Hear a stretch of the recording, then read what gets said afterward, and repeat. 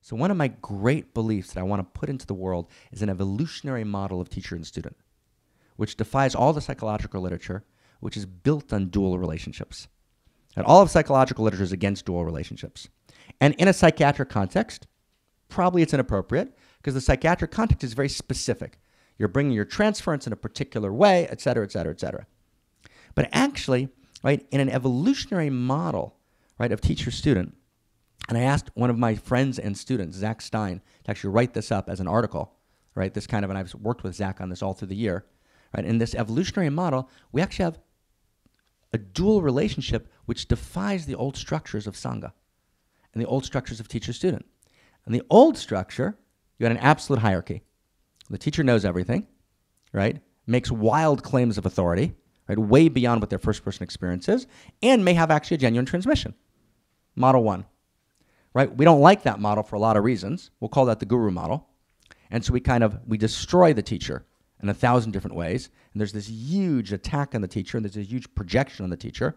There's a huge destruction of the teacher, and we get to kind of the Marin model. No one actually really has a teacher, right? There's a complete leveling of differences.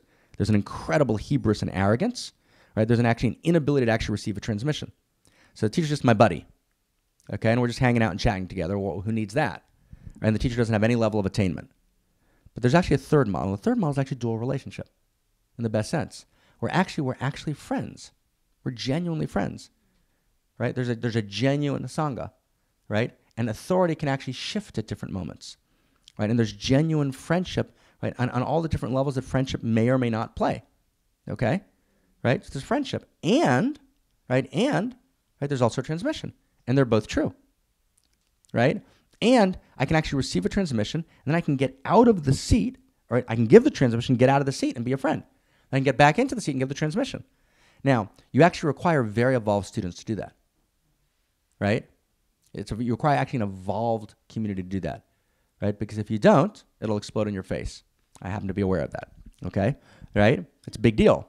But if you actually can do that, you can actually create a completely new model, a genuine evolutionary model, right, of what a Sangha can be. That's actually unbelievably exciting. And it requires work. It's post-conventional. The post-conventional always requires work. In the conventional, whether it's the leveling of differences Marin model, right, or whether it's, and you can live in Marin, you're seduced by the model, right, as we know, right, or it's the guru model, both of those are conventional. They're easy, right, but they're just not true. The only problem is they're not true. They're just not true.